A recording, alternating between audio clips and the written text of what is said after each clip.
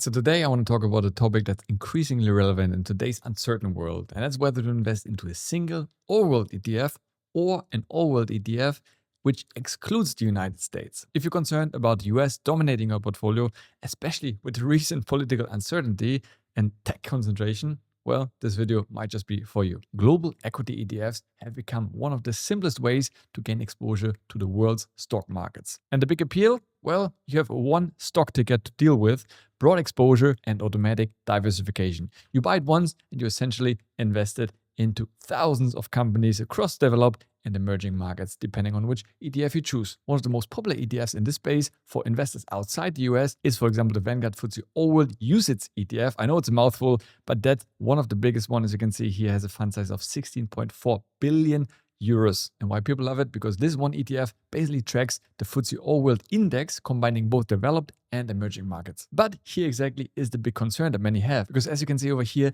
over 60% of the total holdings are based on US stocks, and that can be quite concerning for some investors. So let's talk about why this happens, right? Because indexes like the FTSE All-World ETF or the MSCI counterpart are market cap weighted, meaning the bigger a company is and the valuation based on the market capitalization, which is basically the share price times the number of shares. You can see over here market capitalization, and here we have some of the biggest companies in the world. For example, right now it's Apple, just shy of $3 trillion. So the bigger the market cap is, the bigger their slice it takes inside that ETF. And as we know that US companies do have some of the biggest and richest valuations in the world, well, you can see here the top 10 are pretty much all US companies, right? Their valuations are significantly higher. If I compare it to the biggest companies in Europe right now, the biggest one is only at 300 billion, which is SAP. That's pretty much 1/10 of the biggest one in the US. Big US tech companies like Apple, Microsoft, Nvidia, they're giants in the investing world. And that's exactly why the US takes up such a big portion in even all-world ETFs. And the market cap method is actually quite popular, right? Because it's self-adjusting depending on the valuation. It's rather low cost to manage and generally a good representation of the market's views. Because the better a company does, the higher the valuation and therefore the higher the weighting in that ETF. But of course, it also does come with downsides. Massive concentration in a single country or sector biases like we're seeing with tech from the US, and of course, ultimately less true diversification. So this brings us to the big question, should you accept that US weight or build your own allocation with an US ETF, for example, and an all-world ETF excluding the US. But let's compare the two options that we're focusing on today. So the first one I just alluded to is one of the most popular all-world ETFs out there, the Vanguard FTSE All-World. It's accumulating, basically it reinvests the dividends, and it does have a fairly attractive expense ratio of only 0.22%, which is not too bad considering that it manages over 3,600 companies or holdings in that one ETF. So it's arguably a really reasonable expense to pay given that you have such a diversified holding. And I also like that it's physical. Basically, they actually buy the underlying assets, and it started back in 2019. So not the longest of track record. And again, the fund size, as you said, 16.4 billion euros is definitely a very good size because you don't want to have a fund size too small. Otherwise, you run the risk of the fund potentially discontinuing that particular ETF. And then obviously you'll be left scrambling to relocate your funds elsewhere. Right. On the other hand, we basically have an all-world ETF excluding USA. So you have pretty much similar holdings except for the US. So here we take in the Xtrackers MSCI World, excluding US, as it says over here. Once again, is a UCITS version. Currently, it has an expense ratio of 0.15%, and obviously it has less holdings. So you would assume that it is a bit more cheaper because less to manage technically, right? It's also physically representing, it's accumulating, so any dividends will be automatically reinvested. And yes, the fund size is a bit smaller at only 1.3 billion. So it's still, fairly large, but compared to the other one, definitely significantly smaller. And that's just something to keep in mind, right? But it also shows you that generally most people invest in an all-world ETF, including US. So it just shows you generally there is less demand into that, at least historically speaking, right? We'll see how that shapes up going forward, but that is obviously based on where we are today. Now, the only problem with this particular ETF, it only started around a year ago, back in March 2024, so we don't have the longest of track record. So that's why when we look at the comparison, it really isn't that meaningful because we don't have that much data on it. So if I go to a 1 year period, you can see that the one excluding US returned 3.7%, while the one including US returned you 1.7%. And year to date, the Xtrackers one excluding US dropped slightly less than the one including US, Basically, as we know, the US really had a major correction since all the tariff and trade drama. But honestly, a 1 year period for me is really not that representative. So I really wouldn't want to focus too much on that. And again, obviously, looking back is one thing, but what can we expect looking forward? And for that, I think it's important to really break down the holdings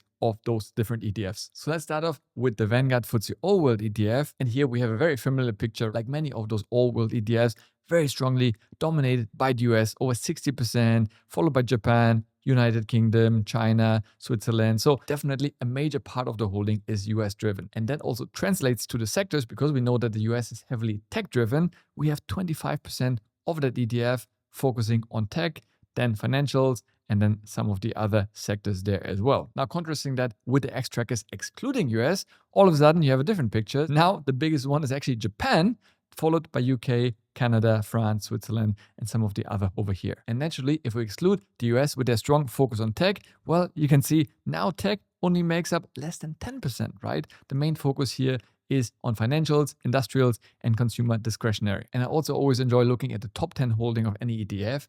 And here it's very top heavy, right? Top 10 makes up 21% of the entire ETF. And we're talking about 3,600 companies, yet the top 10 alone make up almost a quarter of that, which for some, again, might be over concentration, but that's just what you get right now. And the companies you see over here are very similar to the top 10 companies you would get in the S&P 500, right?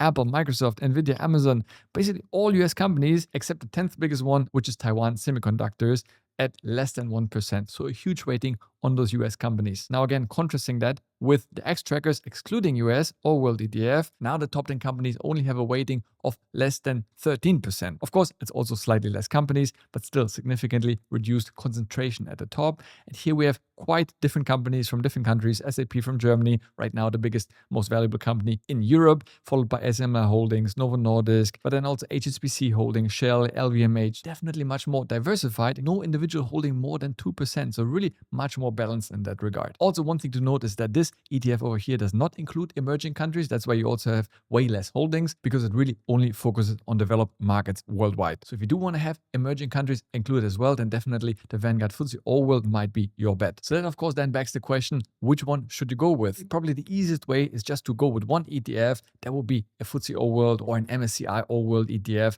that really has all those companies from emerging and developed countries all in one ETF. You're broadly diversified across different countries, industries, sectors. You can easily set it up, dollar cost average into it over time, and you'll be good to go. You don't have to bother looking into these charts as we're doing over here, comparing it to the US, including US, excluding US, because hypothetically speaking, if the US was to drop massively and continue the downward trajectory with companies losing in valuations, and let's again, hypothetically speaking, the rest of the world would all of a sudden increase their valuations because people would, redeploy their money in other stock markets around the world, like Asia, like Europe, and then those valuations would go up. Well, naturally, as we spoke about, it's a market cap weighted system, then the US weighting would drop while other countries and sectors weighting would increase over time. So again, it's all done for you on autopilot. So that's probably the easiest way to go about it. Now, on the other hand, if you're really concerned about the direction of the US, what will happen in the coming years, well, then maybe you really do want to consider an ETF that we just spoke about, such as an all-world ETF excluding US. So you really have global exposure